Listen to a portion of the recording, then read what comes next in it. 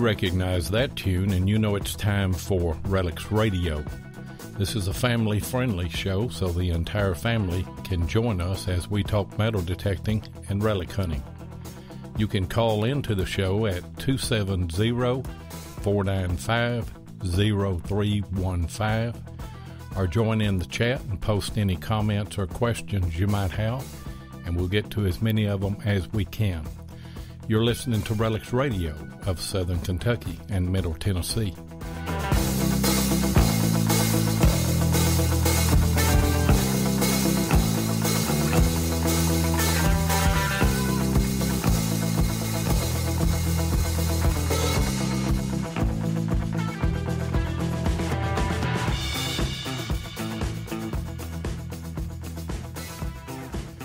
All right, we're live again tonight with a very special show.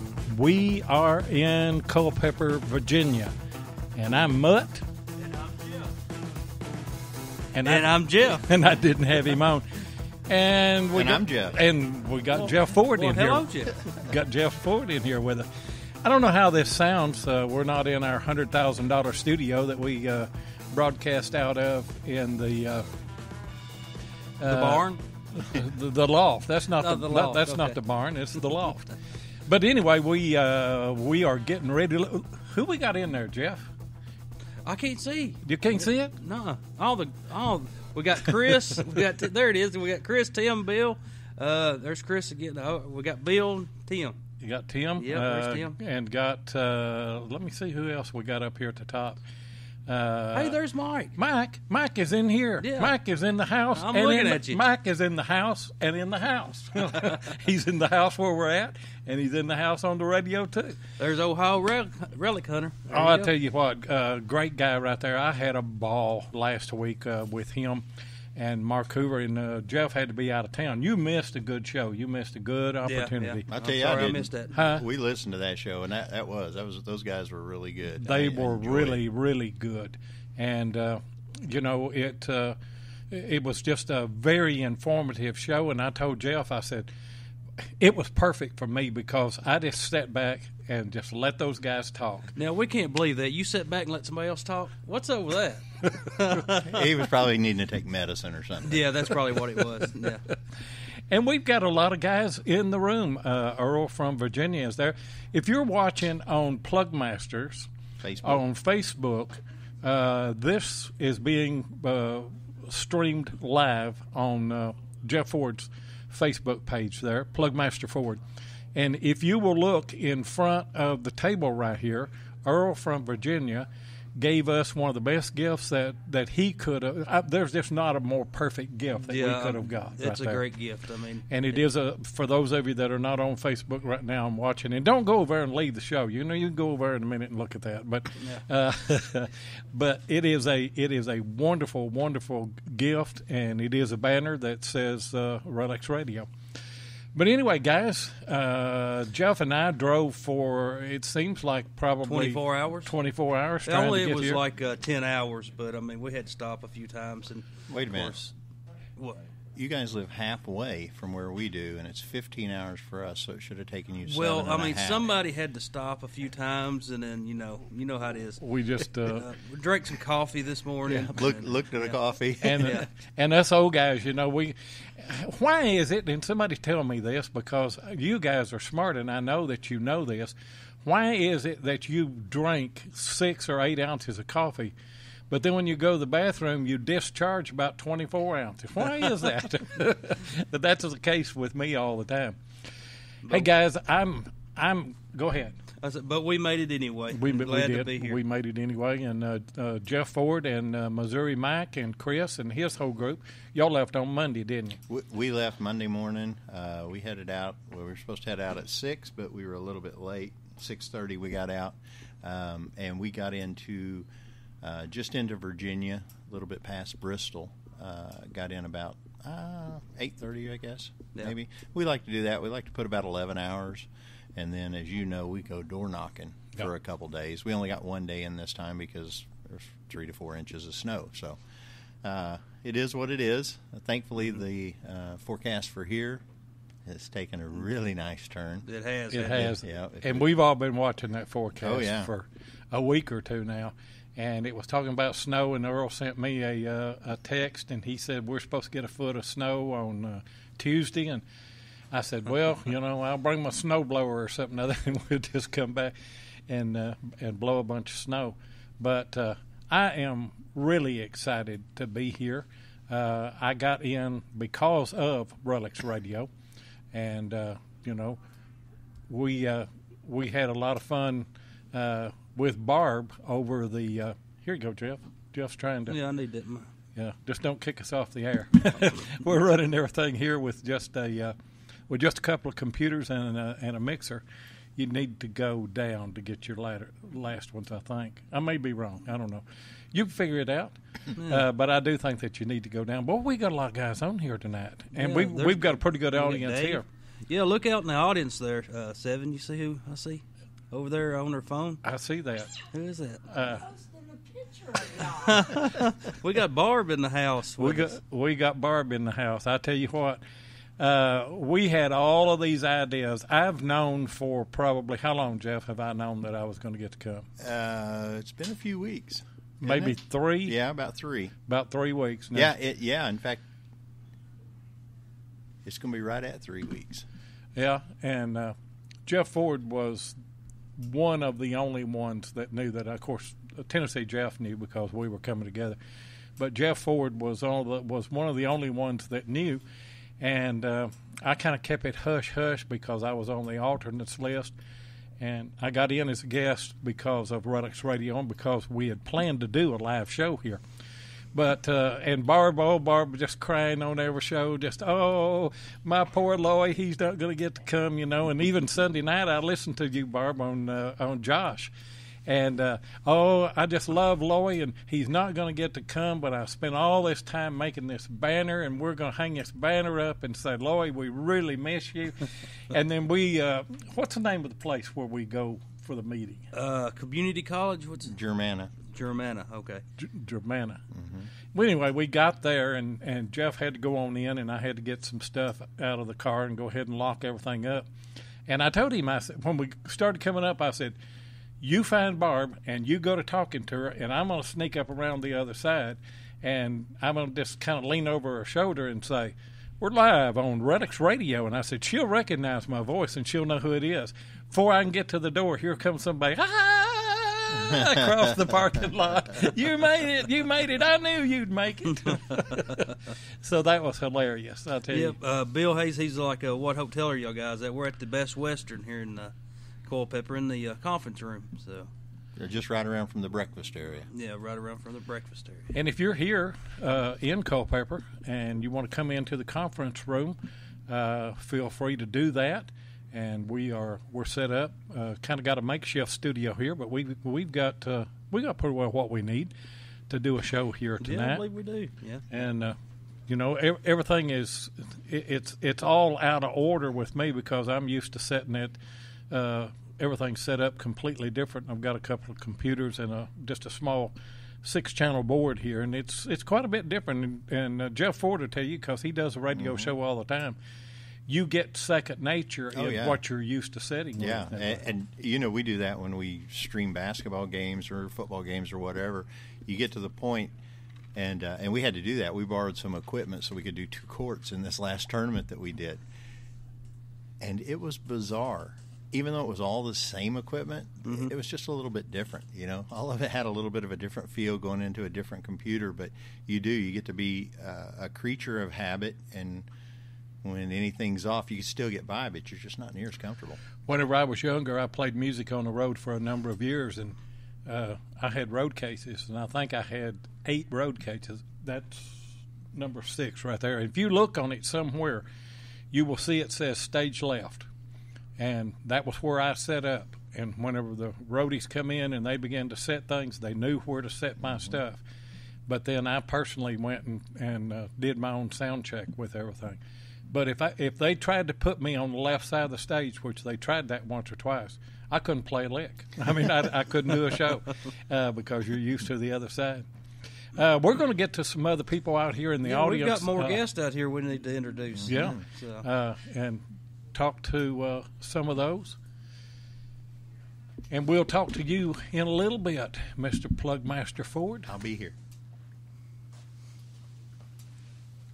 Gentlemen, how you doing? Just fine. How's it going? Well. Oh, we're kicking Hitching mics your and mics everything. around. Who we got on? So, I'm Matt Howell. Matt Howell. Yes, sir. Where you live at, Matt? I live just outside of Richmond, Virginia, in Mechanicsville, Virginia. Okay, so you are a regular.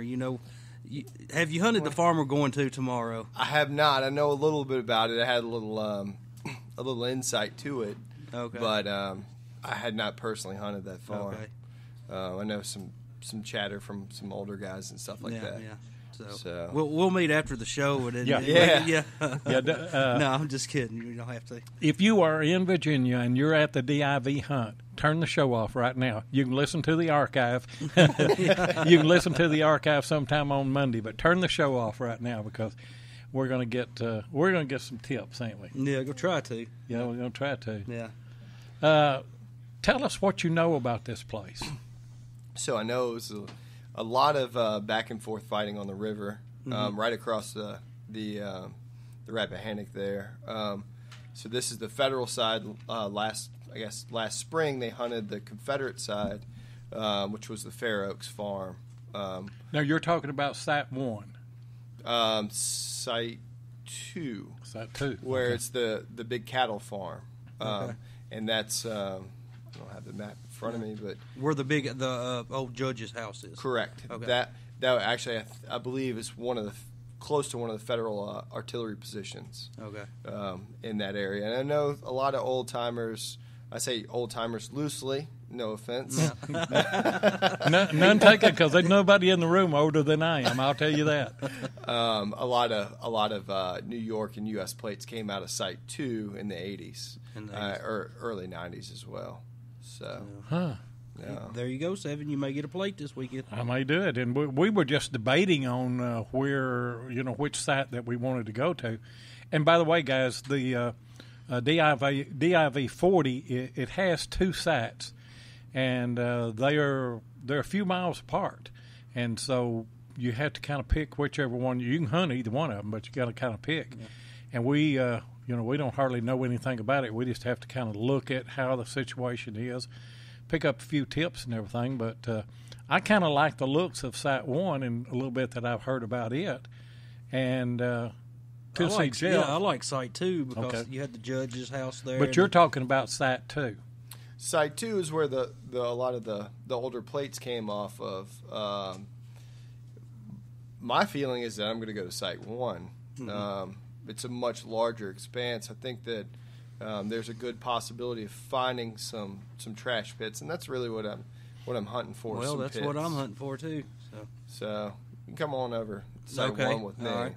No, he was wanting to go to 2. Oh, 2. You want to go to 2? You want to go to? I'm wanting to go to. We're going to have to split up a little bit. I know. Yeah. But we'll talk to some of you other guys in a minute and kind of get your thoughts on it.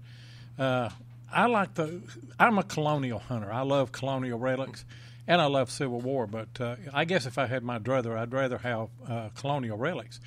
And I love the idea that has a rock wall that runs way down. I love the idea that there's a couple of colonial sites up in that northwest corner.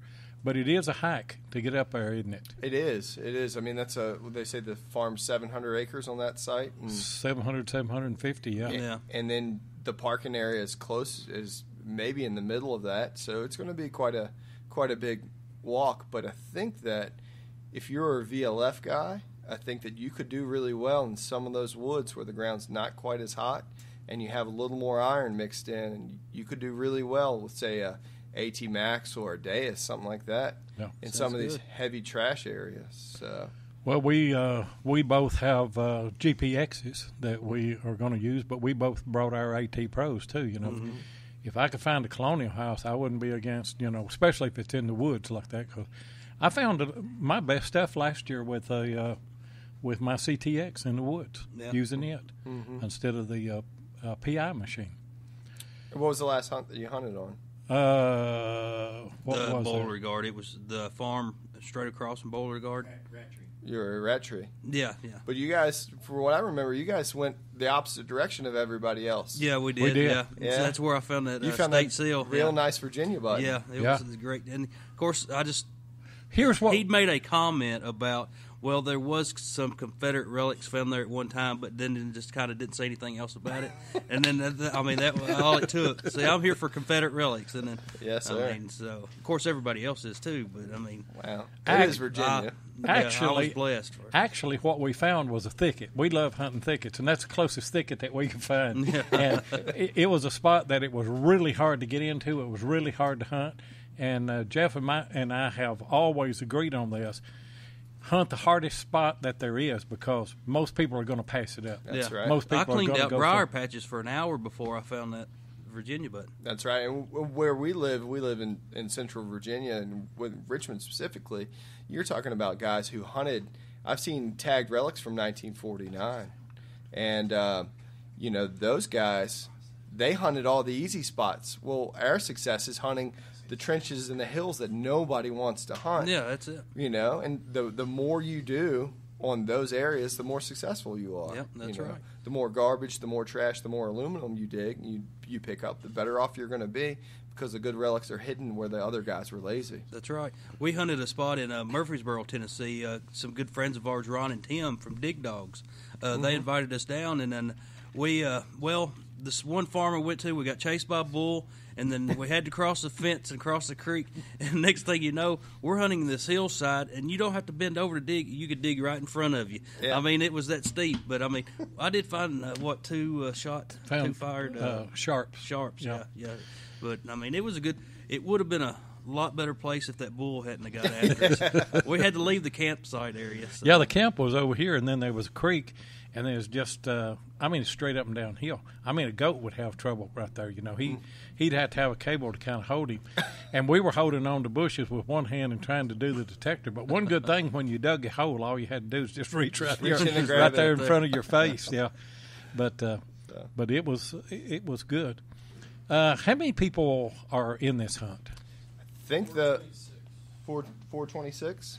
Yeah. 426 people. And then I believe there was as many as 100 plus alternates. You said you were on the alternate list at some point. Right.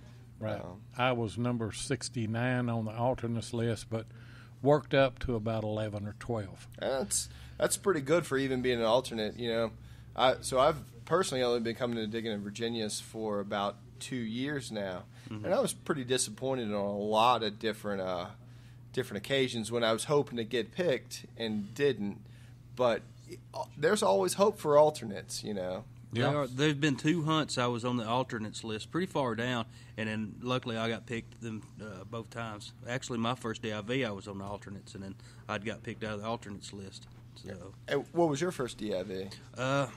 DIV 35, I believe is what it was. 35. Yep, 35. Yep. 36 was my first one. Okay. So now the only one that I've been to was last year. That was my first one.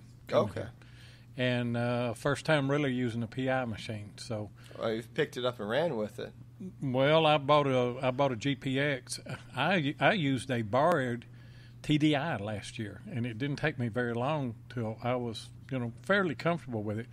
And I decided I'm going to get me a GPX and learn to run it, because we've got sites at home that you can use them on, Civil War places. And I thought I'm going to get one, and I'm going to get everything kind of down, get it where it's kind of second nature on some of that, learn some of the ins and outs about it and everything, and then get to use it in DIV. So I had a good hunt last year, but I think I'll have a better one this year since I know the machine more, Yeah. More hours on the machine, especially like a GPX or any sort of pulse machine, makes a big difference. Yeah. And it's become my go-to machine anywhere. So, again, back in central Virginia, we're hunting a lot of trench lines and fields that were covered over. 2 weeks ago, I dug a beer can at 4 feet, which would discourage some people. But But it was square in a trench line. Well, and since then I've dug a U.S. box plate, and we've dug a bunch of bayonets and things like that out of it. Yeah. You know, That's what it takes. I mean, it takes that machine to get down there deep, and then I mean, if you find like you said, a beer can at 4 foot deep, you know that there's something else buried deep that's going to be pretty good. So, well, it turns out that the farmer had a few drinks while he was filling that trench line. yeah, in, yeah, You know, so that's the nature of the beast. yeah, it is. Or it could have been a Confederate beer can. You don't ever Yeah, know. it could have been. Well, National Bohemian. I'm not quite old enough to drink that, but so. Well, I tell you what, good luck this week. Hope that you do great. And Well, thank you. I appreciate you guys having me on the show. I will take a minute to plug my channel. oh yeah, by all means. My channel's Gone Diggin', and faithful subscriber of you guys, and I'm so glad to meet you guys in person. And we also do Virginia Diggers on Facebook. Okay. So if any of the guys are interested in that, look us up. You know, we always have a good time, and you know, the Diggin' in Virginia events for me are meeting guys like you and really just enjoying the fellowship of this. If you dig a bullet, that's a bonus, but you meet new friends, and you'll always have new friends for life. Exactly. That's right. I've Exactly. met many That's- of people here and talked to every day on the phone just about it. So, I mean, you could, like a lot of people that was here at the meeting, I mean, it was their first time, and then they'll leave with more friends than they had when they come. So. Yes, sir. Yes, sir. And it's amazing, and you probably have this happen to you too. Today in the meeting here, last year in the buffet line and everything, people will say, "You're digging with 7," you know, and you're Tennessee Jeff. And you don't know those people, but they know you, and then you get to know them. And after you see them and talk to them, then you look at those comments and you say, "Yeah, I know her, I know him," you know. Yeah. But it's great to get to come here and meet everybody, and I'm like you. The relics are just a bonus, you know. Yeah, that's It's right. just fun of everybody getting together and everything. What are y'all on Facebook now? So it's Virginia Diggers On Facebook. on Facebook. It's a Facebook group. It's open for anybody. Okay. And then my YouTube is Gone Diggin'. Go and dig it. So maybe we can do a collaboration one day. Yeah, maybe we will. You guys want to come Yeah.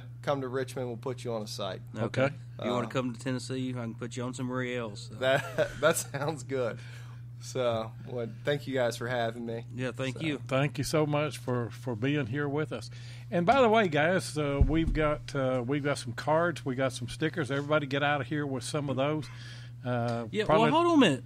What? I just see Digging with 7. Where's my cards? How much did you order? Any? Well, I left them at home. Left them at home. Tennessee Jeff does have cards, but our collaboration is on Digging with 7 on YouTube. Yeah. And but our banner has all of us and everything. Yeah. What a banner! I tell you, It what. is. It's beautiful. Yeah. Come here, Barb. No. No. Yeah, you got to. Yeah, you got to. Don't hit that. Knock Jeff's camera over. Now he'll kill you. Have a good stick. There's a good sticker. She What is. about that? Dirt She's bringing pirate. us some dirt pirates. What did you think when you looked out across the parking lot and here I came? I said I'm going to kill him. She did win that knife. Did you see her knife? I She seen won? her win that knife, Watch your back. and that scared me. That's why I'm not hunting on the same farm with you. Where are you going, Barb, tomorrow? Have you decided? No. It's a hard decision, and if we go to one and we don't find anything, then we're going to say should have went to the other one. Then if we go to it and then somebody finds something on that one the next day, should have stayed where I was at. It's just that way, you know, all the way through. I asked my driver, I said, so where are we going, Site 1 or Site 2? He said, I'm leaving it all up to you. Oh, To the 3 riders. I'm like, that ain't fair. that's not fair. No. Well, as soon as the show's over tonight, we're going to sit down and we're going to talk to everybody that is here that knows anything about anything here in Virginia, and we're going to try to get the inside scoop on everything that we can. And we're probably going to wind up hitting both sides, both sides. But Are you sure you're able to walk that far? Well, let me tell you something, son. I ain't got to walk you. Well, hey, that's not saying much. I may be old, but I ain't dead. I'm going to put everybody, mute everybody's microphone. We need to pay some bills, and we'll be right back. If your passion is metal detecting, then you know how much your success is based on the equipment you use. Let my buddy Tim Henderson of Murray Branch Outdoors in Murfreesboro, Tennessee, help you with that. Tim is an authorized dealer of Garrett, XP Deus, Tesoro, and macro detectors and supplies. He also carries a variety of aftermarket coils. Murray Branch Outdoors is not only competitive in their prices, but the service after the sale is second to none. You know, we've all experienced those situations where we purchase a new detector and then we get out in the field and we have questions about settings or operation of that particular detector. Well, I tell you what, with your purchase from Murray Branch Outdoors, you're also going to get Tim's personal cell phone number. That's right, his own cell phone number, and you're just a quick phone call away from getting answers to those questions. Now try that with some chain store purchase of a detector. Murray Branch Outdoors also deals in used detectors, and he'll give you top dollar for your trade-in whenever you decide to upgrade. So give Tim of Murray Branch Outdoors a call at 615-948-4611 and tell him Relics Radio said hey. Yeah, go check our buddy Tim Henderson out, and he will fix you up with a metal detector or any questions that you might have. He's a great guy. And let me give out the call-in number, too. I think that we can take calls here, and somebody might want to say something other to Barb and rib her just a little bit along with us. The number is 270-495-0315. And if somebody will put that call-in number for us, we'd like to just try it a little bit if we could, just see if we could get a call here. Everything seems to be running pretty stable. Yeah, you've done pretty good for a redneck with a metal detector. Yeah, while you're in there eating supper. Well, yeah, I was hungry. Now, Barb, when you came in, who's in here working? You. Yeah, but how much was set up when you got in here? All of it. Okay, there you go. See, we set it up and left. He was over here tinkering. Well, this has got to be this way. He was moving the mouses around, and then. Now, see, I thought she was my friend, and she didn't even back me up. Had a perfect chance right there to back me up. But you're looking to find something great, I know, ain't you? I hope. Week? Yeah. I hope. I don't care how dirty I get. Oh, Whatever. no. That's right. There you go. Well, we're finding the CS plate, ain't we? We'll know the diggers and the princesses at the end of the day when who's got the most mud under their nails. That's right. And it's going to be a dirty spot. There's just no doubt about it. You know, it's not going to be as red as what we hunted in the spring last year, but it's going to be muddy and nasty. Yeah, it will be. But I'd rather have that than 6 inches of snow on the ground. Yeah. Because we can swing and we can dig. And, you know, we can throw these clothes away and take a bath, and we won't look no better than we do right now. But and I will be riding in your vehicle, so it that's doesn't. Right. Yeah, I mean, I'm glad I'm not a driver. That's right. His vehicle, I've never seen it so clean. He washed and waxed it, changed the oil, done this, done that, and to come and play in this red dirt. And then I was like, man. I'll tell you guys a funny story about cleaning up my vehicle. I don't clean my vehicle up much, because we relic hunt out of it. And, you know, you throw all your trash in there and your detectors and your shovel and everything. But anyway, my wife gets in it every now and then, and she says, it stinks in here. And she said, it's all them old sweaty shirts and things that you take off and put in here, I think. And I said, well, hey, this is my relic wagon, you know, or Suburban. I'm going to do whatever I want to with it. And I said, if it gets too bad, you can get out and walk, you know. And, of course, I've got used to the smell. But I went to cleaning the back end out, and, of course, I've got all kind of old jackets and stuff like that, and I got down to the very bottom, and I found one of those plastic garbage bags. And I looked in that garbage bag, and there was a receipt, and what looked like, I believe, 2 bananas. And the receipt was from a grocery store in 2010, so they probably did stink a few years back. Mine's not even that bad. Mine either. But I'm just kidding about that. It probably hadn't been in there but a year. You know, but that's bad enough. It's fermenting. Yeah, just fermenting. But yeah, so you don't know where you're going to go, Barb. She does, but she can't say. That's what. Yeah. I know the 2 points, one in each, where I want to go. Yeah. It's just a matter which one wins. I hope you pick the right one. That's all. Me too. Yeah. It's like flip a coin. Yep. Anybody got a silver one? Don't want no cheap coin if I'm going to flip That's one. right. Well, me and Jeff Ford, we had a bunch of silver, but we melted them all down last week. Oh, God, don't say that. You know that hurts me. I did that for you, Heath Jones, right there, because I know how that you guys like the river. We got Ronnie in the house. There's Woody. Sorry, we're having so much fun, and I got to get on this chat here to see. Someone Chris did Bill. ask in the chat what I'm going to do with my sign. Oh, yeah, I forgot about that. You went to all the trouble making Yeah, sign. What are you going to do? I'm going to smack you with it. Well, I'd rather be hit by that than the knife that you won. That was a nice knife. It was, man. Wasn't that great? The contribution that was given to the lady there. What was her name? Emily. Yeah. She was just blown away by that. Mm-hmm. And money that was supplied by all of us hunters, a little bit. She got $6,000, and then on the half and half got another 600 and something other out of that. No, it's 900, nine yeah. something. Yeah. 9 something. Okay. Another. Yeah, so 7,000. Her husband passed away. Yeah, Shane. Was it earlier this year? In February. February. And that was just great to see. It brings a tear to your eye. And it kind of makes you understand that, this is a community. This kind of is a family.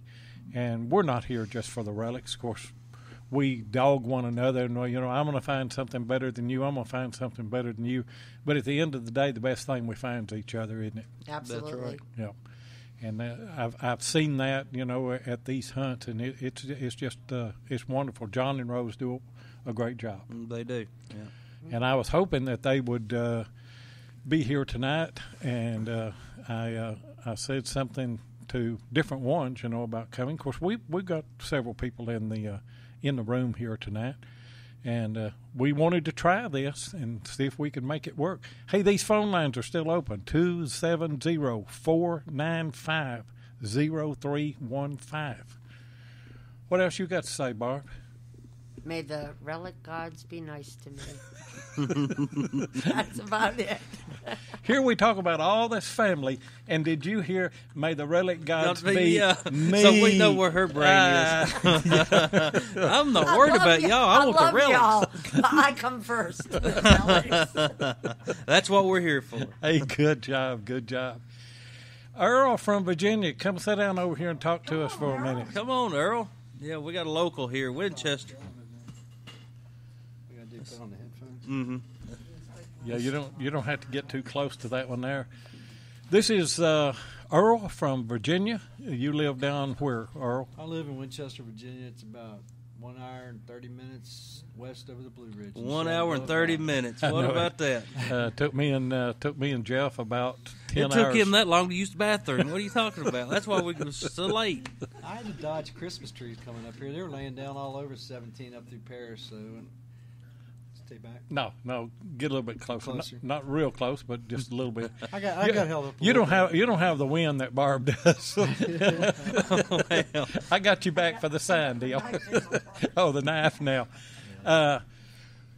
You know a little bit more about this area. Do you know anything about these two farms? I don't know about these two. I've been to 9 DIVs and Brandy Rock and the one you were at, Jeff, Beauregard, Brandy Rock, Beauregard for me, and then Hansborough Ridge at Coles Hill. Of course, we lost Hansborough Ridge for the Conservation Act, and then no, I don't. I've always passed that area. There, I got to pass that area every time I come up here, and I always said there's got to be something here, and there is in Warrenton and back the other way. So yeah, of course, I'm sure there was at one time. Let's hope they didn't find it all. Yeah. So. Well, I mean, it's a crossroads from here to Fredericksburg, so I mean, it's strung out all the way to Shenandoah Valley to Winchester. Here, it's just a big old triangle. So there's going to be stuff everywhere between the valley and here. So.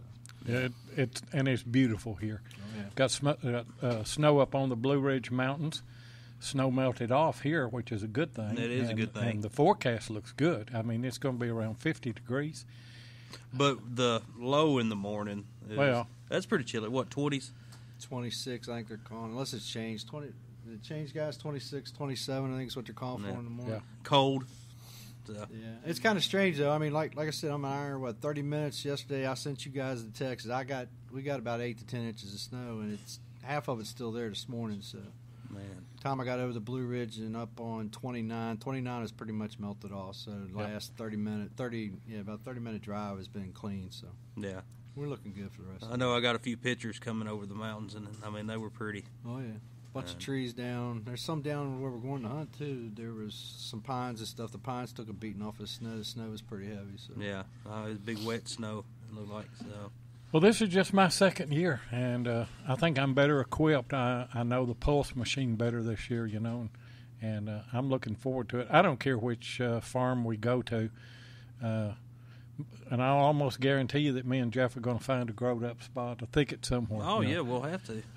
I love finding those spots that nobody else will hunt. If you throw me in a nail patch, I'm tickled to death to be there because I know most people are going to give that up in about 30 minutes, I guess.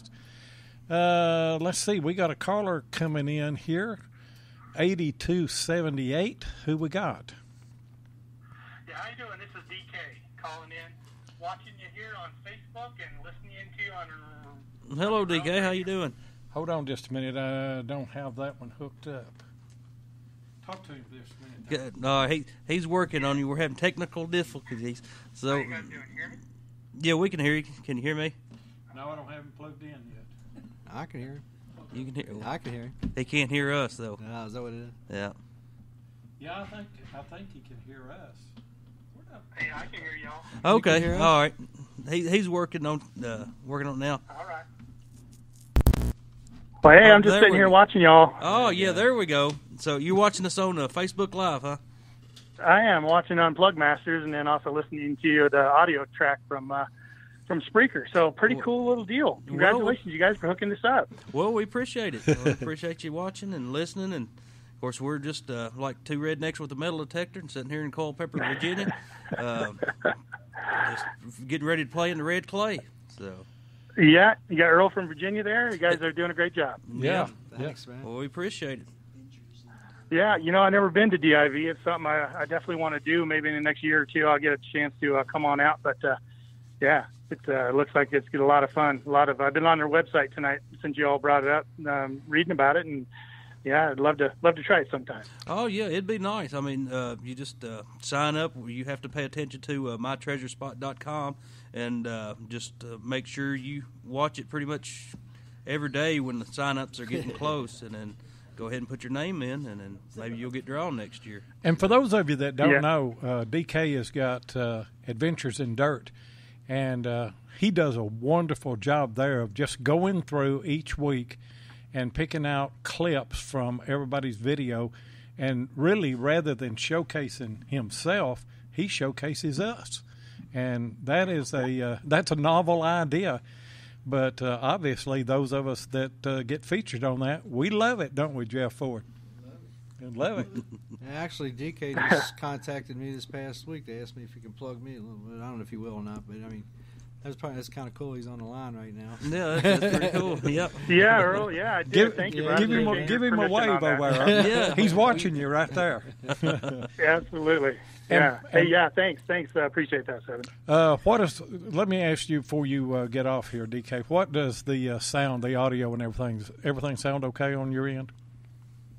It does. It absolutely does. There's a delay between the video feed and the audio feed. So I'm listening to the Spreaker audio feed.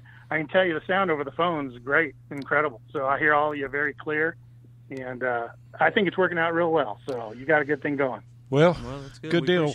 We're not in that $100,000 studio right now. We're just on the tabletop with a bunch of redneck stuff. But everything looks good. Looks good here and sounds good to us. But you don't always know, how it's going to come out on the other end. But no, I think you got it. You definitely got it. You guys check out Adventures in Dirt. I know that you're going to like it, and he's going to put you in touch with. Let me ask you a question. How many hours does it take you in a week to watch the videos and pick what you're going to do? I was curious about the same thing. Yeah, quite a bit.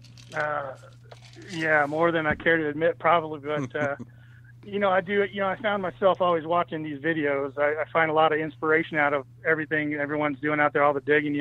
Try to put as many digging videos out as I can, but it becomes more and more difficult. And so I found myself watching more videos and becoming really inspired by them. So as I find something that's of interest, I definitely wanted to see if I can put a shout out to them together, and kind of came up with this idea for the Weekly Dirt, which is the series name that I put out every Sunday. And I started reaching out to people asking for permission, and I received some permissions, and I'll continue to do that as I become subscribers of channels myself and see what they're all about. And I just do little 2-minute clips just to kind of give people a feel for what the channel's kind of about.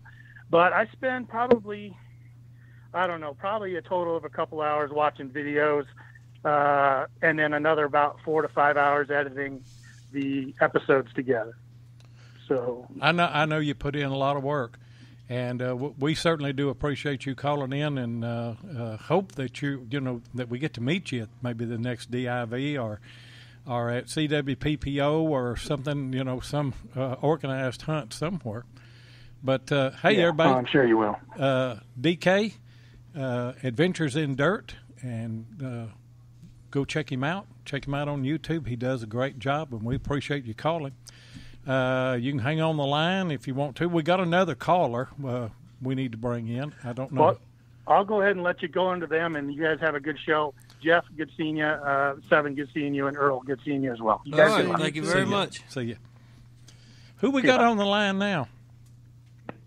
Yes, Bill Hayes. Hey, Bill. How you doing, buddy? What's going on? Okay. Just figured I'd give you all a call. I should have been down there. I was picked for the list, and I had to drop out because of medical problems. I can understand that. I thought I was going to have to drop out too. I remember seeing your name drop out. I remember them saying that you dropped out because of medical problems. Are you doing all right now? Yeah, I probably could have hunted, but I never made it with that ATX. That thing would have beat me to pieces for a week or for the weekend. Yeah. Today is my belt to handle. Yeah. Well, yeah, but I figured it was cutting a little too close to try it. Yeah. And I'm hoping to make the fall hunt. Well, we wish you were here. Are you watching us or just listening to us? Because we're on. Just listening. I'm on the Spreaker. On the Spreaker, yeah. Okay. We really do appreciate your support we each sure week. We need to get you on as a guest one night and get you to come on and pick your brain on all of this, especially if you've got some DIV experience and everything, find out what you know. Yeah, I've had a few. I think I've been Brandy Rock and Beauregard, and then did 2 shots over there at the Glebe or Rattery. Yeah, Rattery. That's the last one I was able to make. Which DIV was that?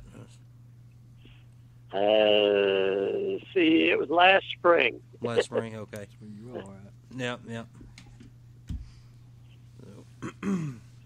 Yeah, I got to hunt with Barb in that one. Oh, yeah. Yeah, Barbie's here. She was on a while ago. I guess you heard her. If you didn't, you can catch the archive. Yeah, she won a knife earlier at the pre-hunt meeting, so we were all kind of watching that. Yeah, I got a bodyguard that's going to take me out of here tonight because I tricked Barb and everything. But, Bill, so glad that you called in and glad that you're feeling better and everything, and we'll dig a bullet for you. 2. Barb said she'd dig you one, too. He wants a good one. Hey, appreciate you calling in. Okay, yeah. Thank you, Bill. Yeah. Talk to you guys later. Okay. All righty. Okay. Bye. If you're watching me on Facebook, what I'm trying to do right now, I'm trying to find somebody else that wants to come up and talk right here. Come on out.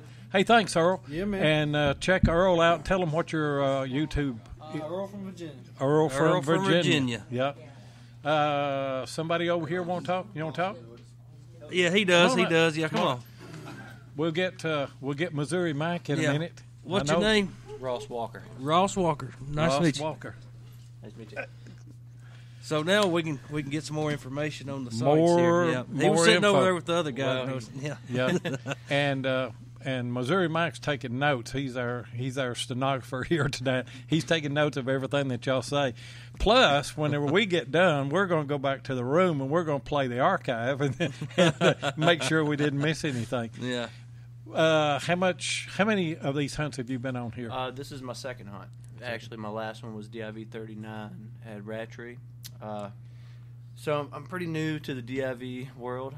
New to the GPX, still trying to learn it. You know, you can't learn that machine taking it out a couple times. You really got to pound it out and hunt hard with that machine. Have you got a 4500? Is that what you've got? Yes, sir. Yeah, that's what I've got. Jeff's got a 48. Yeah, I got the 48. And I know Barb's got a 45. I'm impressed with a 45. I'm satisfied with it. I love mine. It's really shown me a lot. I've dug some deep relics out of spots that I thought I pounded out. You know, just going back over top myself and just listening for them quiet whispers, and you're digging bullets 12 inches deep. No problem. Yeah. See, that's a good thing from my area. In Middle Tennessee, as far as I know, I'm the only one that has a GPX, and then, of course, I can go over all the old farms, and it's just like brand new. Oh yeah. And so it's worked out great. Yeah. You just running an 11-inch coil on it? Just stock coil, stock batteries. It's expensive to start getting all these newer heads and the screamer packs and all that. You know, it's you see other guys using them and they're doing well with them, and you're like, man, I wish I could have that, but man, you got to drop some money. Oh yeah, you can buy a brand new coil for a AT Pro for $120. Sure, yeah. Now GPX is like $400 or $500. Yeah, exactly. Yeah, and not everybody's got that to. Yeah, just to throw over. Yeah. Right. Tony with Fort Bedford Metal Detecting brought me a coil up. I actually had talked to Heath about getting. I talked to Fort Bedford first back 2 or 3 months ago, and I didn't know if I wanted it. I'm talking about the 10x5, the little elliptical coil. Mm-hmm. And Hornbush had one of those, and I asked him if I could borrow it. And I'd went over with my stock coil in a place that I call the 44 Woods, and we found tons of 44s in there, and a few round balls and a few buttons and everything. But I purposely hit a spot with my 11-inch coil and just kind of marked it off. It wasn't big, it might have been 4 foot by 4 foot, maybe 5. And I thought, I just don't hear anything else there. I'm pretty satisfied that I've got it. I put that little 10x5 coil on. I pulled 3 more bullets out there that were just as clear as a bell. But you were just pulling so much stuff, with that big coil that you just couldn't hear it. Sure.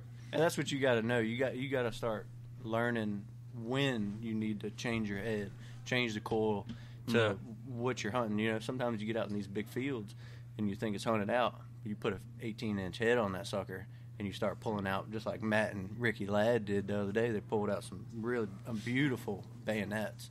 Yeah. They were deep. And I'm sure people's walked over them 100 times. If I would walk over with my stock coil, I probably never heard it. But they're digging these really deep relics, and they're good relics.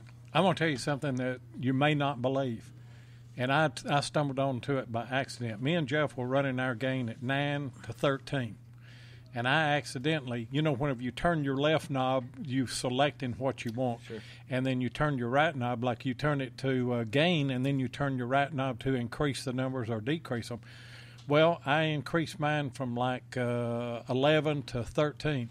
But then I didn't take my left knob and pull it back over. So if you ever hit that knob, it's going to change it. Right. My machine just quietened down, got so stable, and I was hearing little whispers that were deep and digging bullets, and I thought, man, what has happened to this machine?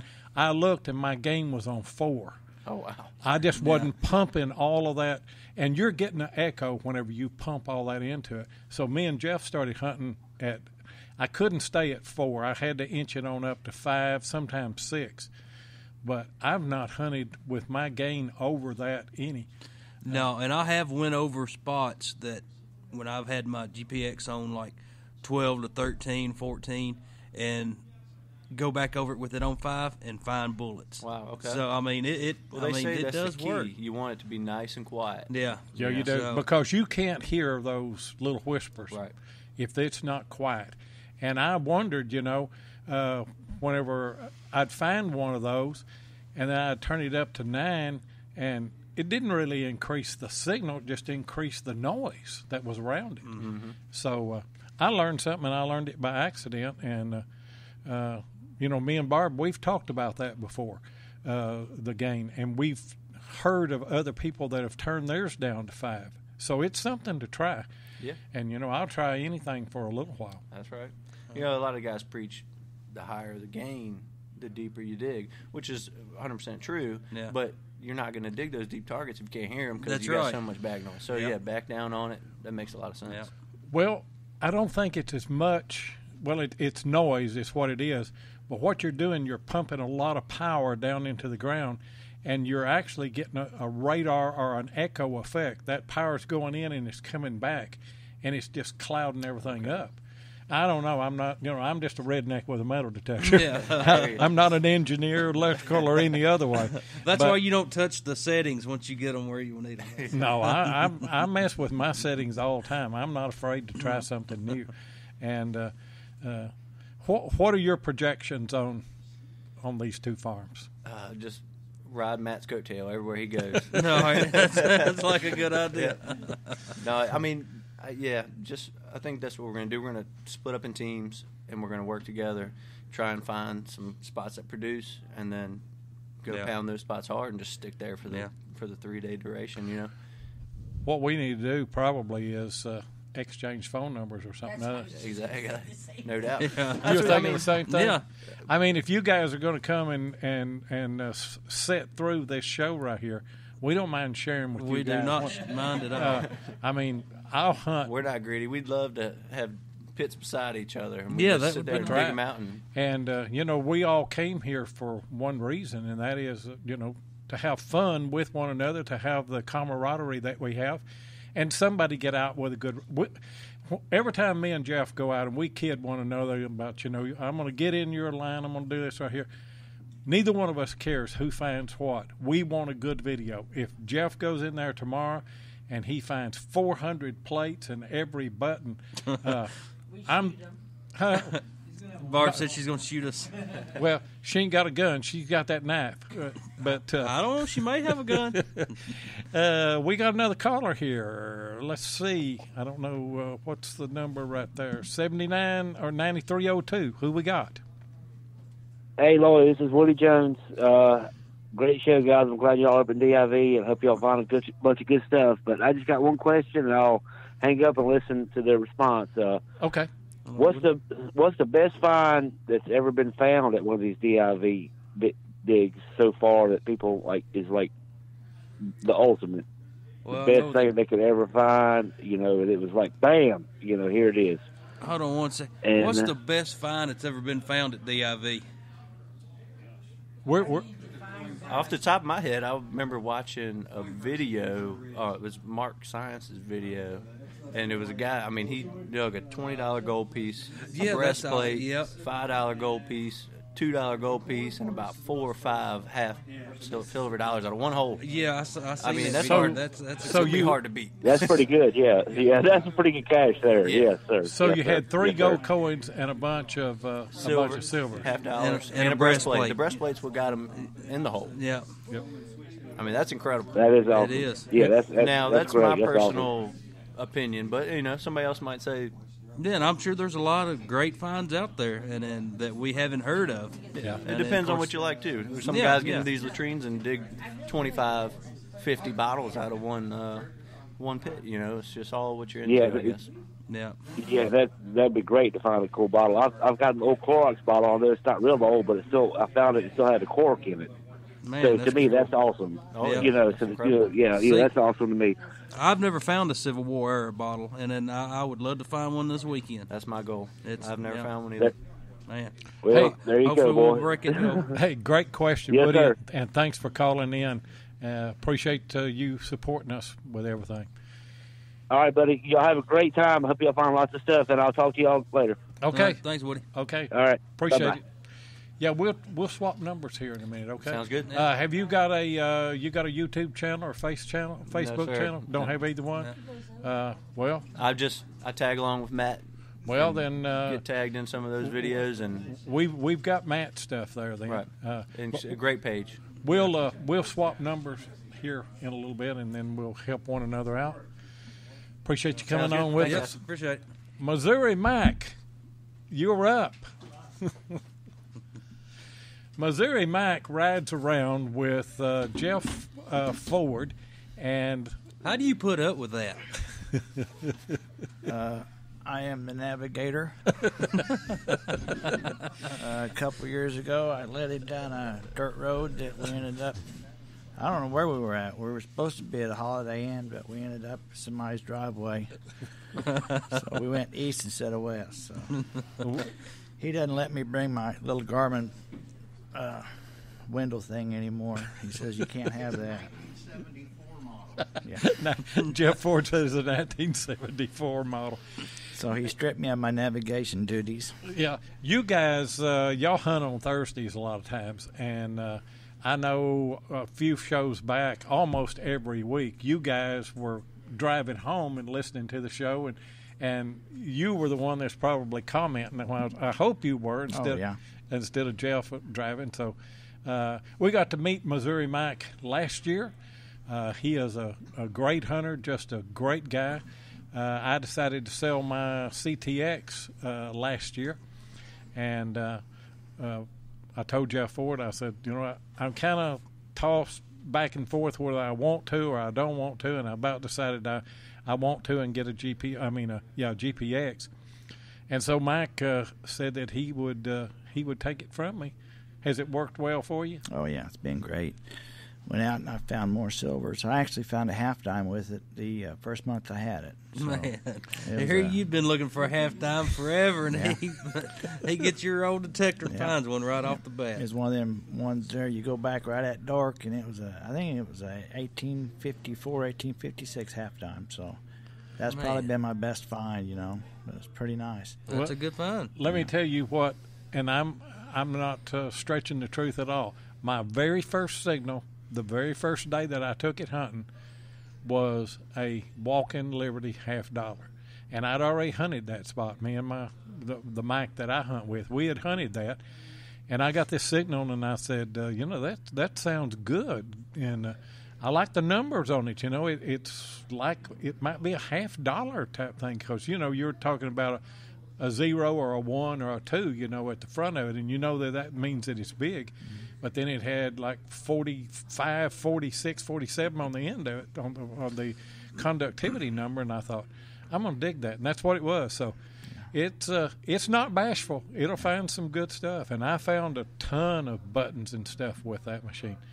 But it just didn't suit me for colonial relic hunting as much as some of the other machines do. It's a great machine. You get out and you get to coin hunting. That's what Jeff and I do mainly, is knocking doors, and you get learning the machine. You can, it's not always right, but when you look at the numbers and you've got a good idea what the depth is, you can kind of, if it's a good coin or a good item to dig, But nowadays, technology's catching up, and you've got a lot of new machines out now, and a lot of good machines, coming on strong. So I know at that Equinox, I'm thinking about it very hard. I mean, like you said, technology is coming up, and of course we need a machine that's got real good separation. So well, technology, that's one of the things that's going to keep you in the good targets. You're going to just keep finding good stuff all the time. The more you learn the machine, and then technology comes along too, and there's always going to be some new spots, but you'll always have the old spots to go back on all the stuff that was missed. Yeah. Yeah. Well, good luck tomorrow. We want to talk to Butch for a minute. I don't want him to leave. Good luck tomorrow, and if you guys find anything, call us. If we find anything, we're going to call you. All right. Okay? Sounds like a winner. Okay. There you go, guys.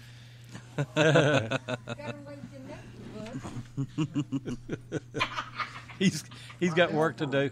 I know. I got there late on. Well, look who we got here, Seven. Oh, we got a legend. We got a legend here. We got a legend in the house here. Sure. Long time listener, first time caller. How you doing, Where's Butch? the legend? How you guys doing, man? Just Good fine. to see Just you. fine. Enjoying the fixing to enjoy the red clay dirt. So is that what's under this white stuff? Well, I believe so. Yeah. Oh, okay. We don't get this down in Georgia. I wasn't sure what it was. Yeah, we don't get it much in Tennessee either. No, that's right. And I'm glad of that. Oh, so. yes, absolutely. North Southern Kentucky, we don't have it either. But so we're all foreigners here. We are. Yeah. We are. We just come in here and just take their stuff and take it back home with us, don't we? Well, some people take their stuff. Some people can't find their stuff.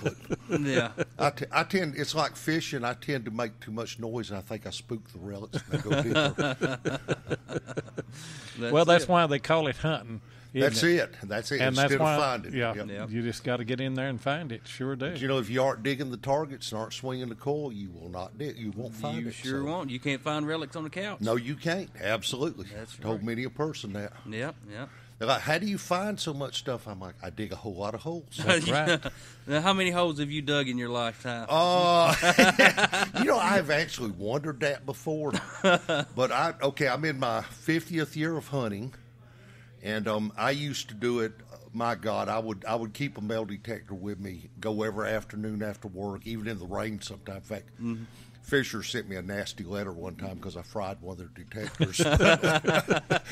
But I would go.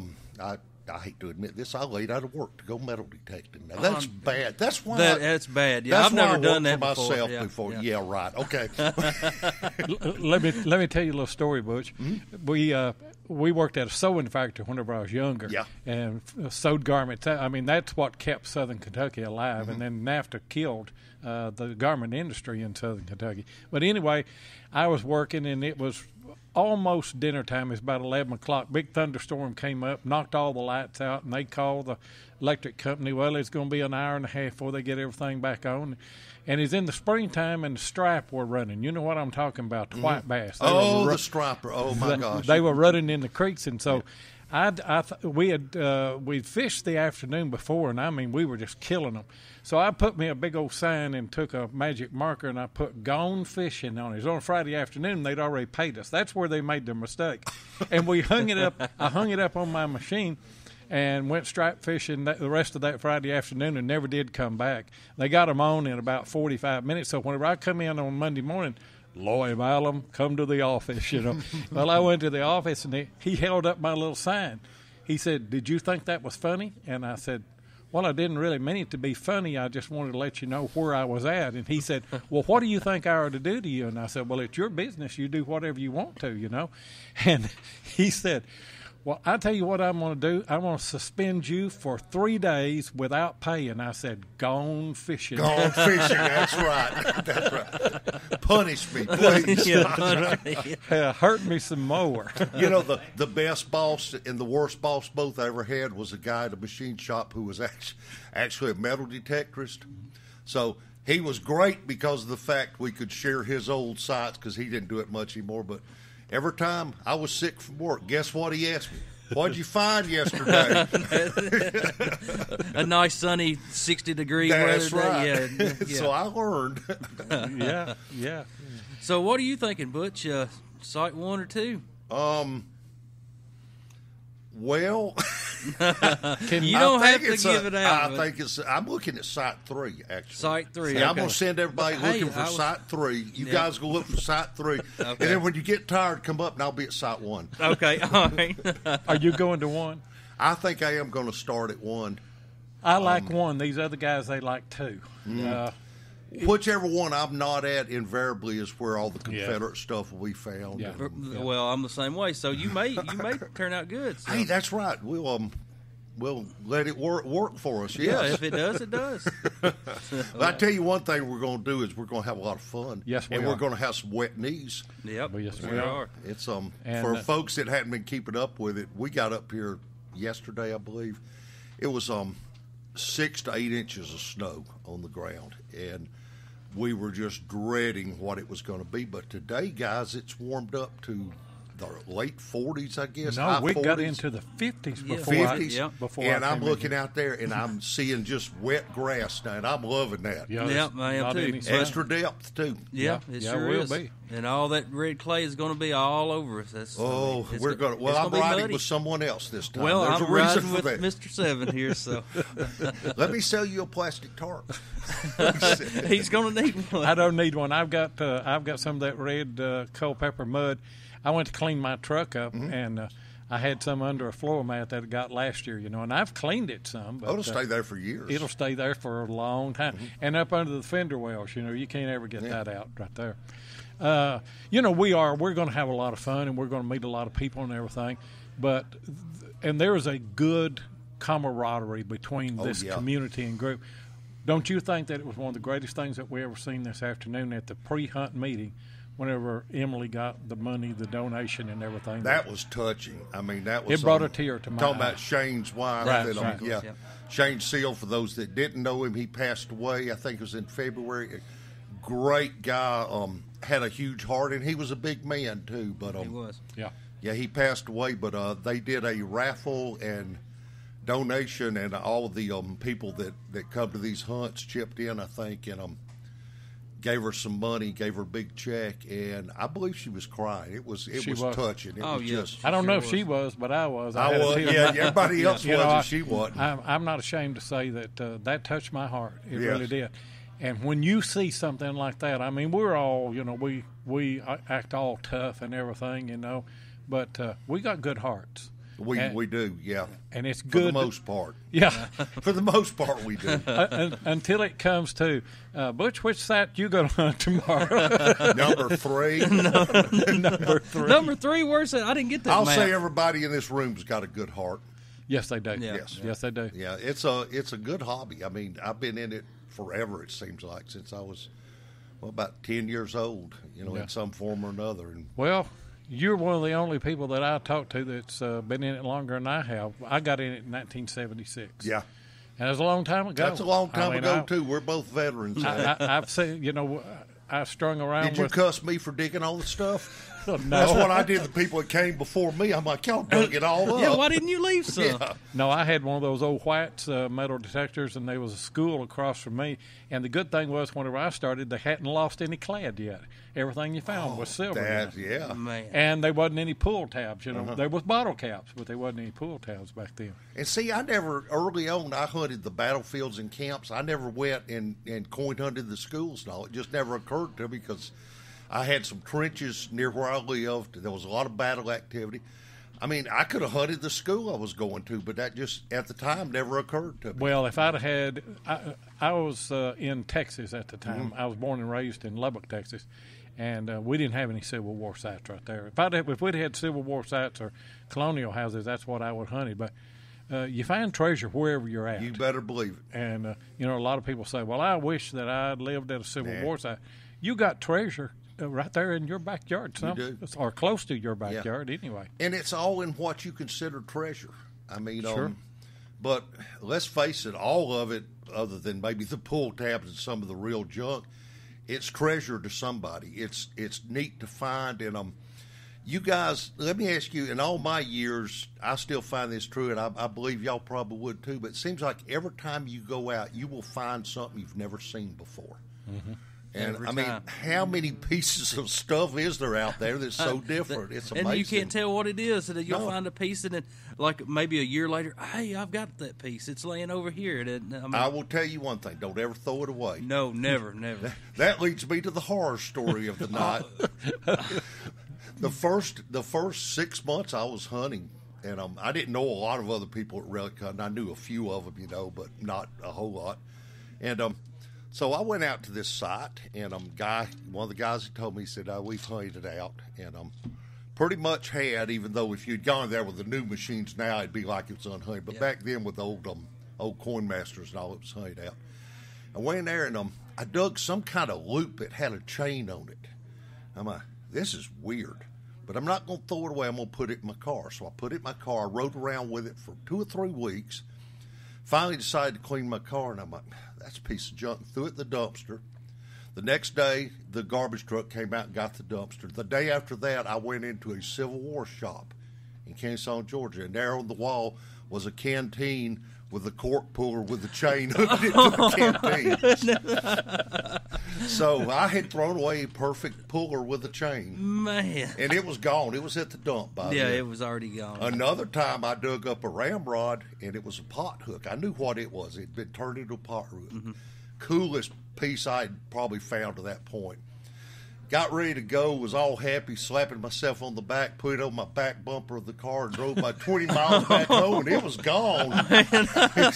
Somebody picked it. What's that? No, it got picked up by a road crew somewhere. Nobody got shanked with it or something. Yeah. I threw away a half a dozen tent tensioners. Yep, those are easy. Had no idea what they were, and carried them around there for a little bit, and got home, threw them in my trash can on like a Wednesday, and they pick up our trash on Thursday, and I rolled it out there.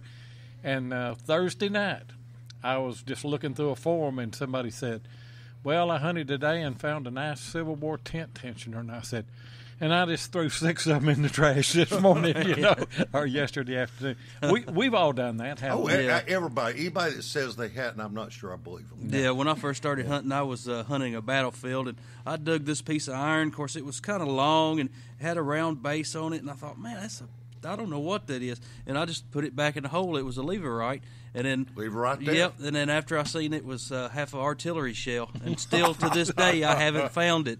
I guess somebody else found it after that. So. I did something very similar also with the top half of a canteen, a Confederate tin canteen. And the cool thing about it was somebody had taken a knife and cut out the top quarter of it. So it was just the spout and the sides and, But once you knew what it was, it's obvious. Well, I dug it up. I set it on a stump. I didn't think any more about it. My buddy came over there with me a week or two later, and he's like, man, you believe somebody threw away half a Confederate canteen? I'm like, whoa, that's mine. Yeah, sure when it he is. said that, I recognized it. Yeah, So I'm not the smartest knife in the drawer, but I'm getting smarter every day I go detecting. Yeah, but you find stuff and you like turn it upside down and turn it this way and that way, and you're like, hey, is this? Yeah, that's what it is. Well, the first cool find, big find I ever made, the first belt buckle I ever found. You guys know enough about Civil War relics to know it's pretty cool. It was a Georgia State Seal cartridge box plate. Yeah, that's pretty cool. Both hooks on it, and if you know what Georgia State Seal looks like, it's the arches and there's 3 columns coming down. I knew what the state seal was because I had been in Georgia my whole life. But when I found that plate, I knew it was a buckle because it had lead in it. I took it and I turned it oblong, looked at it, and what's that big E for? So that's pretty good. Well, what's your projection on this week down here? Do you think some good stuff's going to be found? I think some good stuff's going to be found here. It's a new site for at least the DIV organization. Don't know of any other organized hunts that have ever been held there. I talked to one of the locals down here that's hunted both sites, and he said they've always produced for him back when he used to hunt them. And he said the ground isn't real hot, and the last machine he hunted with it was an MXT, a White's MXT. Now, that's a good machine, don't get me wrong. Right. But there are some machines out there now that'll go deeper, so I think we're going to get to the next layer that he wasn't able to get to. Well, especially with the GPXs. I think so, with the GPXs. Yeah. I mean, that will punch through some dirt. We all know that. Yeah. Well, I told you earlier in the day, Scott Duncan I think he's in the Bahamas. That rascal. I know it. And here we're playing the in bullet the master snow. himself. Scott, if you're listening, jeez, I'm not going to say, I'll say it off there. But I'm going to co-host with Heath, and we talked about having you on. I would definitely like to be on there. Yeah, consider it an honor. We will. I love to talk. You guys know that. I know that. We all do. That's why we do this. That's why we do it. But hindsight will be 20/20. Mm-hmm. Now, when we sit down, probably March 27th or April the 3rd, we will know all about this hunt. Yes, we will, and we'll be able to the pros and cons and what I should have done and what I could have done and all of that, or what I did, And if I can just get out of here without Barb. See, now Barb didn't think I was going to get to come, and she made up a big sign and all of that for me, and then I sneak in here, and you saw her win the knife at the pre-hunt thing. Yeah. And so I need you to walk me out of here tonight. That's right. She's armed. Hey, speaking of Barb, I'm going to give her a plug. Well, myself a plug, too. Of course, we publish American Digger magazine. Barb has a great article in this past issue. It's what's the name of that again, Barb? Blackwood Lumber Company. Blackwoods Lumber Company is talking about some of the tokens and all she found, and it mixes the relic she found with the history of the place. With the story. And I love that. Yeah. It is a great story. And last week on our show, we gave it a plug and talked about it. And then I also put it on our Relics Radio Facebook group page. I put it on my regular Facebook page, and we've really advertised that because Barb is a dear friend to us. And she is, yeah. Good hunter. And I'm not saying it because she's just a friend.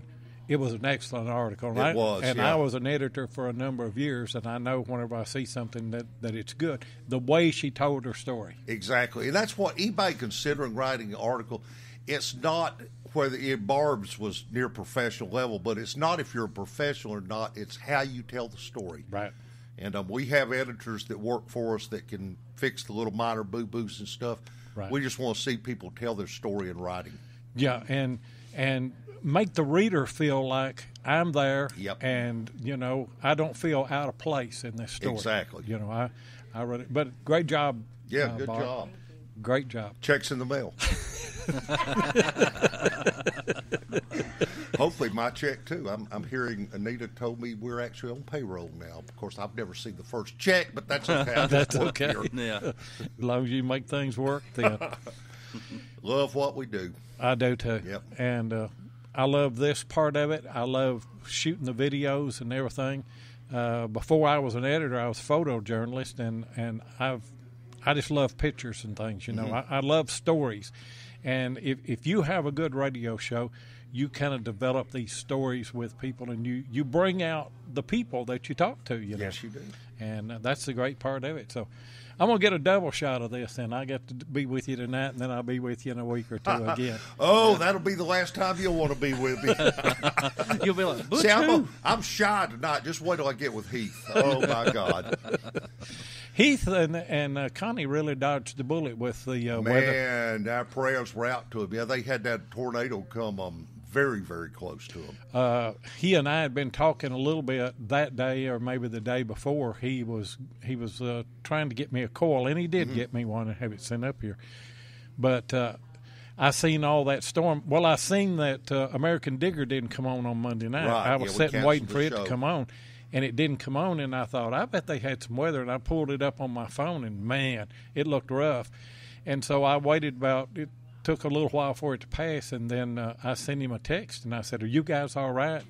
It wasn't but just a little bit. He sent back a picture. He said it's like a war zone. Yeah, that's what he said. Yeah, it was messed up pretty bad. Yeah. Luckily, in northern Tennessee, we didn't get it that bad.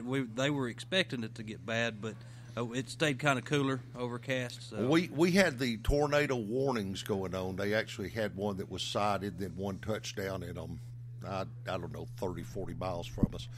But that's one reason we try not to cancel the show. But we have myself in Georgia. We have Heath in Alabama.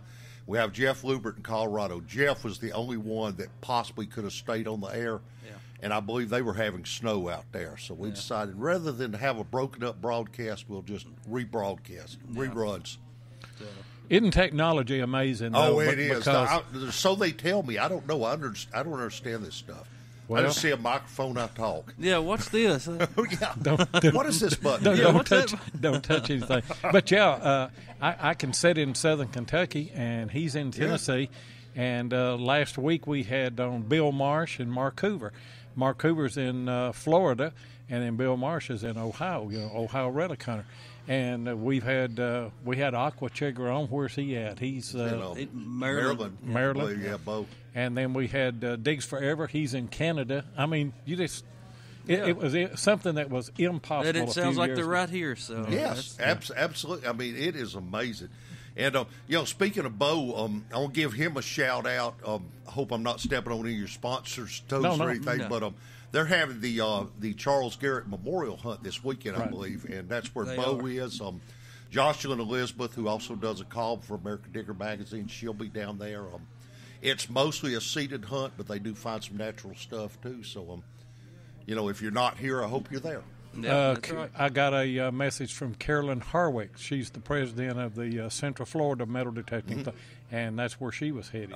And she's going to be one of our guests in 2 or 3 weeks. We'll have to have you on Relic Roundup. We'll make this all work out. Yeah. Me and Tennessee Jeff, we're partners. We can do that, we'll... Thanks to the technology of the Internet. That's exactly right. Yeah. And if y'all get real big and stormy or something other, call us and we'll host your show that night. Hey, we might can do that, yes. if your phone works. Hey, Butch, thanks a lot. Thank you. I really enjoyed it. We'll see you in a week or two then. See you later. And thanks to everybody out there. Thanks, Jeff. And everybody go dig something good. And subscribe to American Digger Magazine because I got to eat. Yes. Take care, folks. Thanks. Wow, what a treat. We hit the big time here tonight. We sure did. He made us famous right there. Yeah, made us famous. So, I don't know how it is that we get all these really, really important people from metal detecting world in. We got Butch, and then we got Bo, and then we got all the people. We got Keebs. We got Mr. Ford. Plugmaster Ford. Mike, Earl. Earl. I mean, we just, we've been fortunate. I tell you, we don't... we got somebody else that'll talk. Surely we got 5-7 more minutes that we can go. Come on, who's out there wants to talk again? Somebody can talk. Barb, are you done tonight? How about the guy that does our news and views call? Yes. That sounds good. Yes. He's going to leave me at the hut site tomorrow because he's looking at me really bad. That's my wife. I got the parking pass. Oh, never mind. Nobody else? Well, we got a call coming in. Anybody want to talk to us? I meant to say something to Josh. I seen Josh in there earlier. Hello, Josh. We have not. Everything is really messed up because we've got things situated where we really can't see them. Yeah, I'm used to looking to my right and then looking to my left and glare from the light.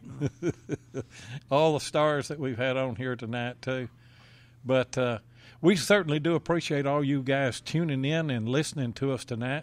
We didn't know if this would work or not, trying a live show here at DIV. Butch told us that they tried it a couple of years ago, and the Internet was kind of in and out, but we talked to the manager. By the way, we're at the Best Western, and if you are in Culpeper, this is a great place to stay, great place to eat.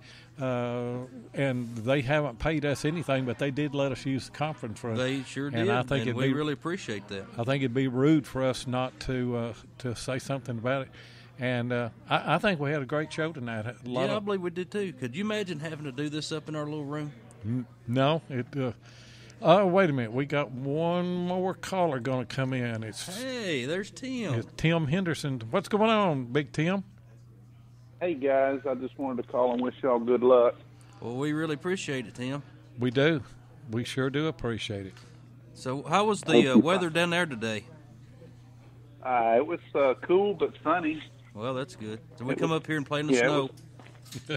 Yeah, things are drying up here. We went back Sunday to that house site we took Lloyd to, and I popped another Civil War button and an Indian penny out the front of that house. Oh, really? Man, that Equinox is doing good. It's doing pretty good. I was able to sniff it out through the trash, and just a little squeaky signal there. I had to kind of work it and popped it out at about 7 inches deep on both of them.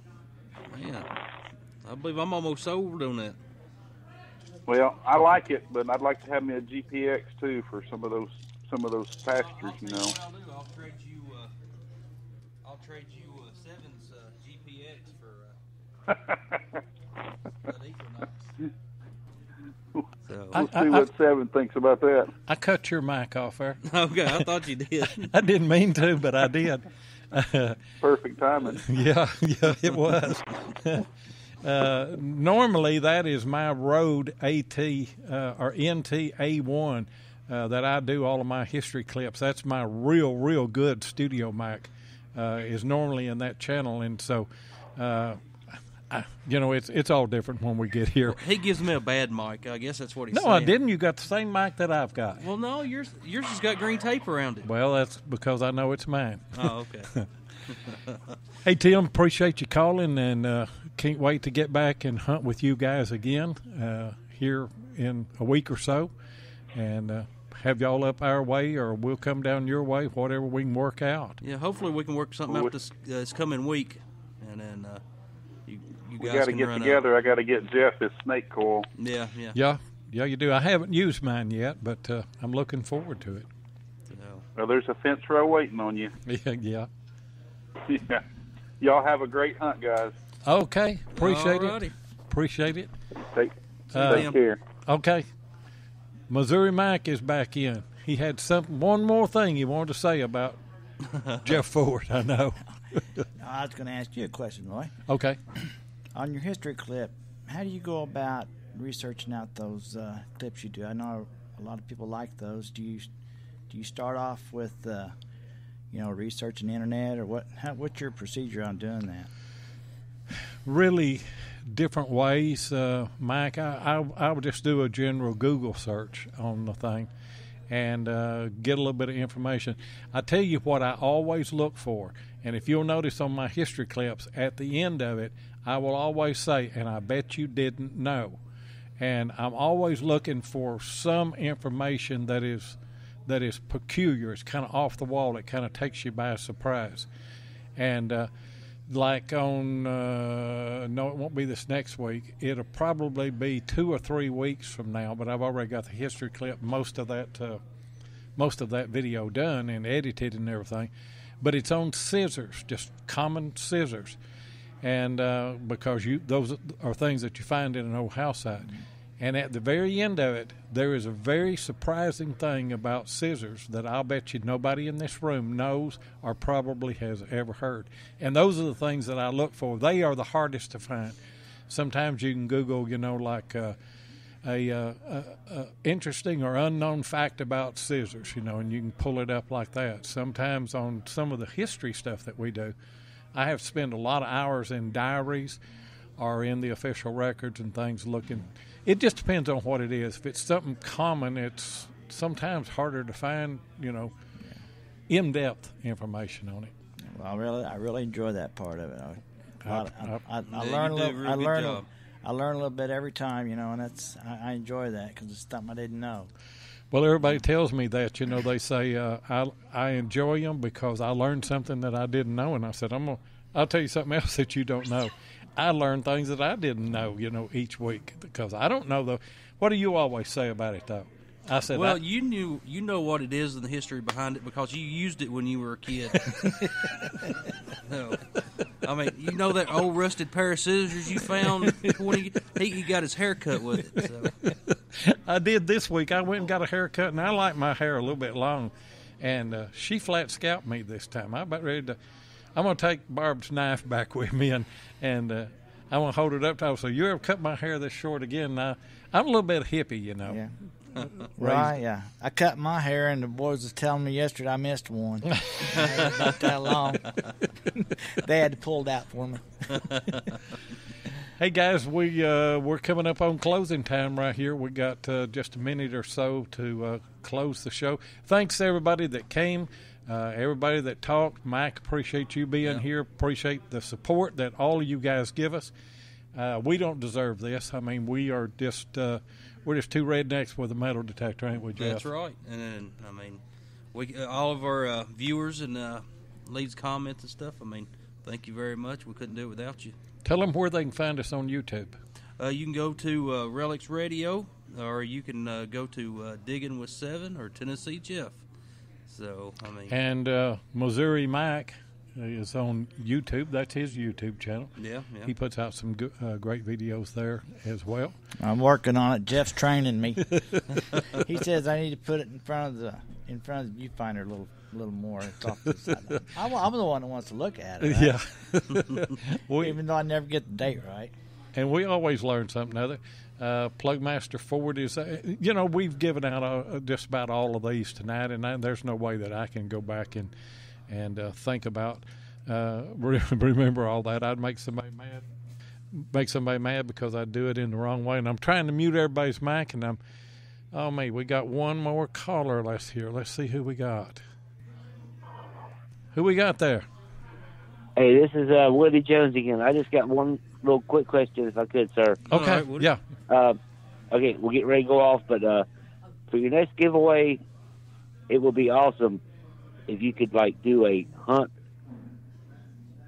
for the winner wins a hunt with you guys. Now, I'm not talking about all expenses paid, but it would be really cool to, say somebody won, they have to drive out there or fly to where you're at, and you could take them on a hunt.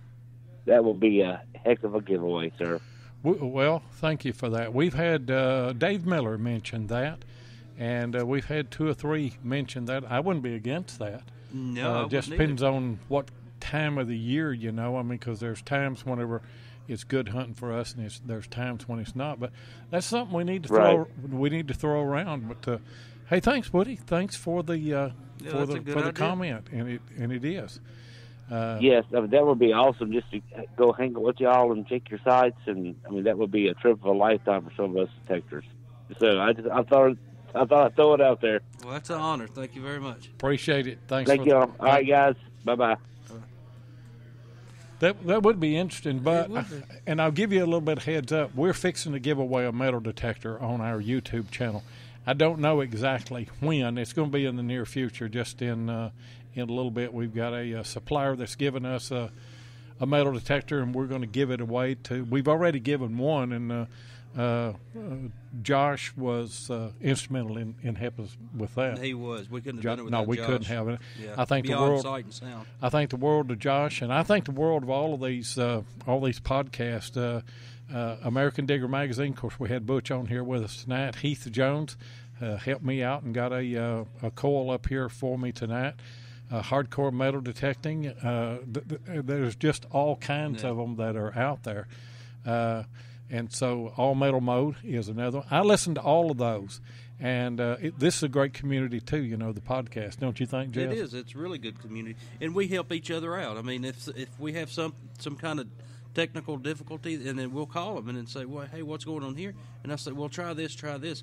And then even Jeff Ford, we call him sometimes, and then he'll help us out some. So, I mean. Hey, Jeff. Oh, Jeff.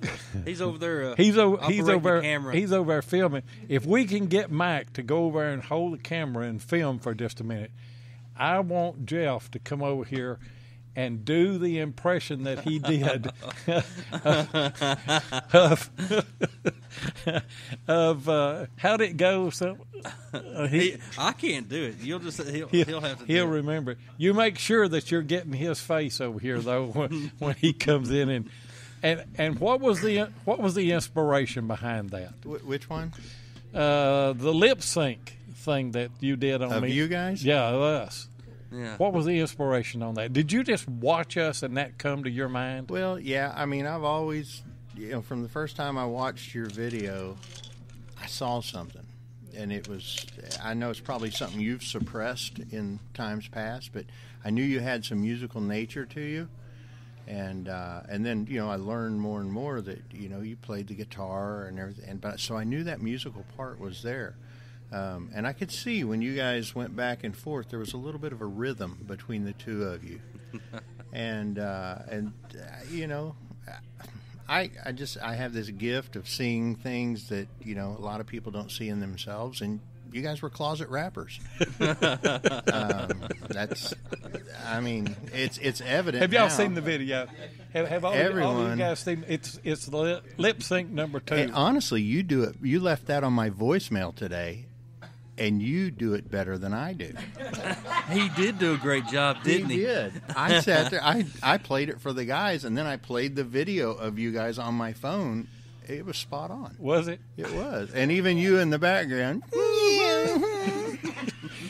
That was perfect. I was down in Murfreesboro, Tennessee, and I was down there hunting with the Dig Dogs with Ron Reed and Tim Henderson.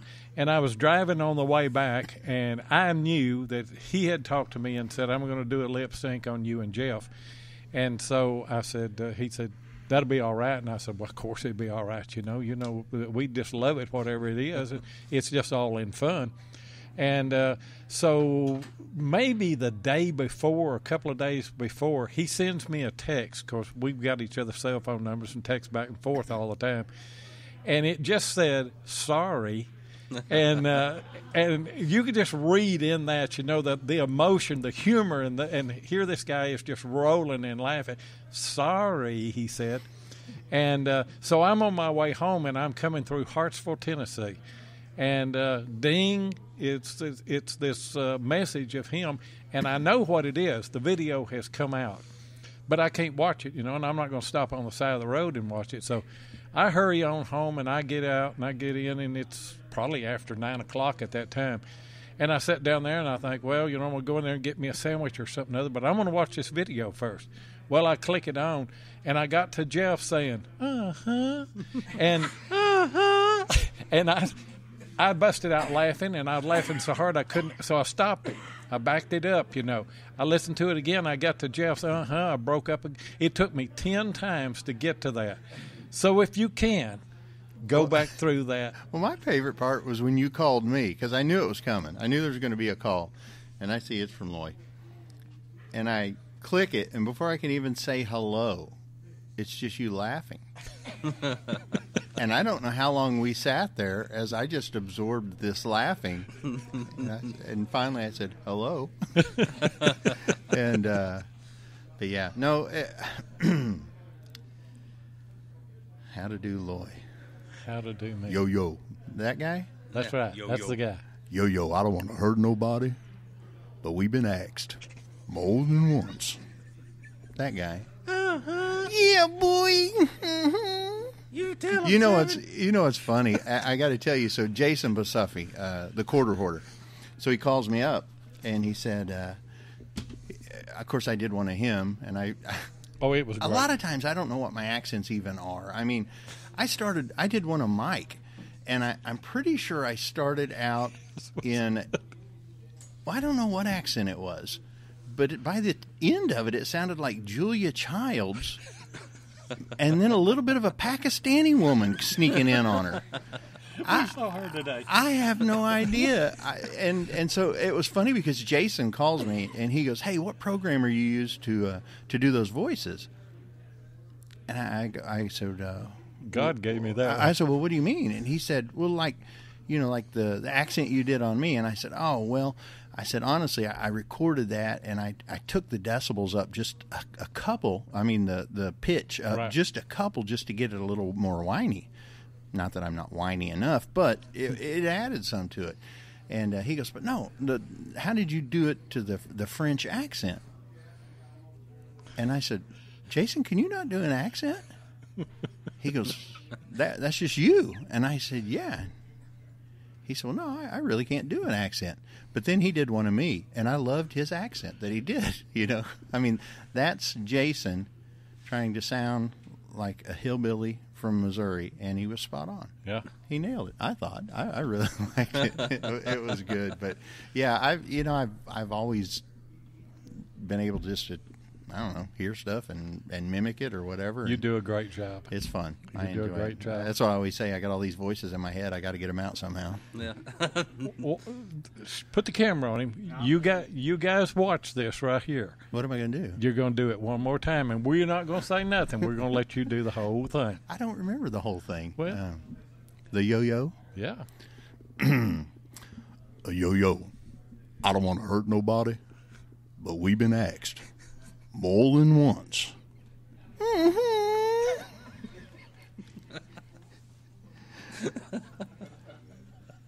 Something about it's time to set these fools straight. Yeah, Seven. I don't know how the rest of it went. Bonjour, Mikey. I'm the S to the E, the V-E-N. Did you like my beatboxing? That was the thing I was the most proud of, was my beatboxing, because that's a skill I really don't have. Yeah. But after I spit all over my computer. Okay, guys, you see whenever you get late at night at a DIV how everything just degenerates to nothing here. And we've all got to get up and go hunting tomorrow. Hey, Jeff, appreciate it. We were honored to be on one of your clips. Appreciate all you guys being here. Appreciate the guys on Facebook. At Plugmaster. Plugmaster Ford, catch him there. Catch Missouri Mike. Catch everybody else that we've talked to here tonight. And what else you got to say, Bubba? I guess I hope you find a bullet tomorrow. And I hope. No, I hope you find that plate you're after, buddy. You gonna find a bullet. Yo. Yo, I wants to hurt somebody. Well, good night, y'all. We had a great time. Hey, guys, we did. We really do appreciate it. And catch us next Thursday night.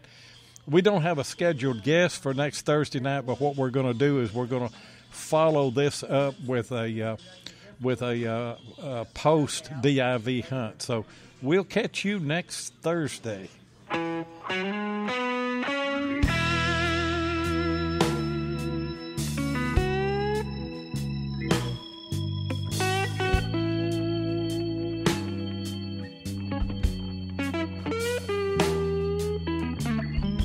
Thank you so much for joining us tonight on Relics Radio. We really do appreciate it.